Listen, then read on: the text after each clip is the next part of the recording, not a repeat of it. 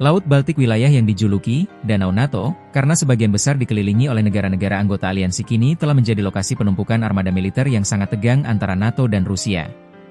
Rusia meningkatkan kehadiran militernya dengan alasan mengamankan perbatasan, sementara NATO menghubungkannya dengan kekhawatiran serius, upaya sabotase kabel bawah laut dan jaringan komunikasi Eropa. Sebagai respons, NATO telah mengirimkan lebih banyak armada militer. Kedatangan yang paling mencolok, Fregat Pertahanan Udara Angkatan Laut Jerman, FGS Hamburg, yang kini berlabuh di Kopenhagen.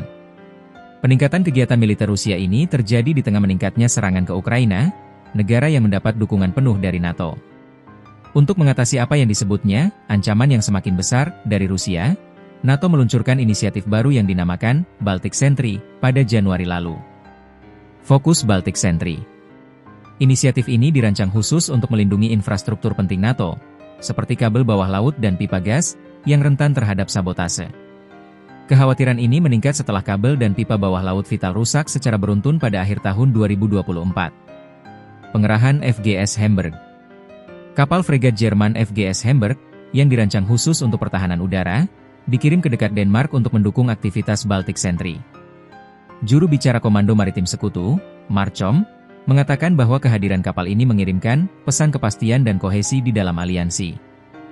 NATO juga telah mengerahkan berbagai platform intelijen, pengawasan, dan pengintaian tambahan di bawah inisiatif ini. Ketegangan semakin dipicu oleh serangkaian insiden drone misterius di negara-negara Eropa Utara, yang diduga sebagai bagian dari serangan hibrida Rusia.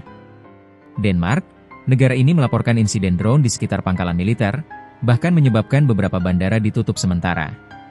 Menteri Pertahanan Denmark, Troels Lund Poulsen, tidak mengesampingkan kemungkinan tanggung jawab Rusia atas taktik rahasia yang dirancang untuk mengganggu kemampuan musuh.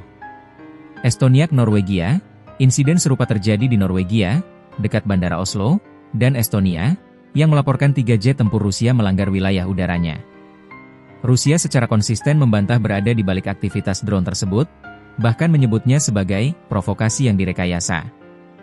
Namun, negara-negara seperti Jerman, Prancis, dan Swedia kini telah menawarkan bantuan kemampuan anti-drone kepada Denmark. Insiden drone dan kehadiran armada Rusia di sekitar eksklave Kaliningrad telah memaksa NATO untuk meningkatkan kewaspadaan yang lebih ketat di Laut Baltik.